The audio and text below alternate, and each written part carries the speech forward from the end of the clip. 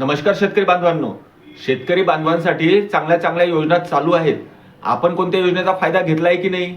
मागेल त्याला सोलर असो, ट्रॅक्टर असो, ट्रॅक्टर चलित अवजारे असो, तसेच मनुष्यचलित अवजारे, बैलचलित अवजारे, स्वयंचलित अवजारे, असे बरेच अवजारे आहेत. मला बऱ्याच जणांचे फोन येतात की तुम्ही प्रत्येक अवजाराची माहिती सांगा.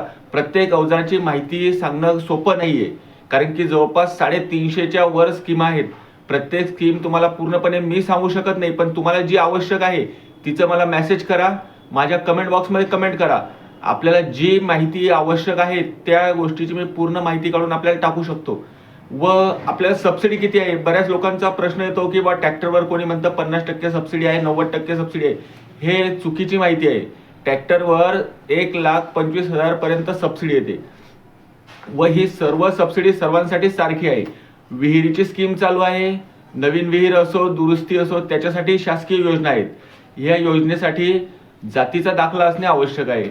जातीचा दाखला SC ST साठी ही स्कीम आहे, डॉक्टर बाबासाहेब आंबेडकर कृषी स्वावलंबन योजना. तरी आपल्याला आपण कोणती स्कीम घेतलेली आहे का? महा-DBT थ्रू किंवा पोखरा अंतर्गत? जर अशीच कोणती स्कीम घेतली असली तर मला नक्की सांगावे व सबसिडी किती मिळाली ते पण सांगावे. कारण की मी कुठला कृषी अधिकारी नाही किंवा साहेब नाही.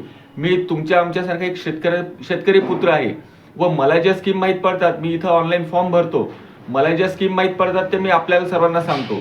सबसिडी किती आहे हे आपल्या कृषी अधिकाऱ्यांना विचारून सांगावे व आपल्या बांधवांपैकी कोणी जर शासकीय योजनेचा फायदा घेतला असेल व सबसिडी किती मिळाली तर मला नक्की कमेंट करून सांगावे. धन्यवाद मित्रांनो, धन्यवाद शेतकरी बांधवांनो.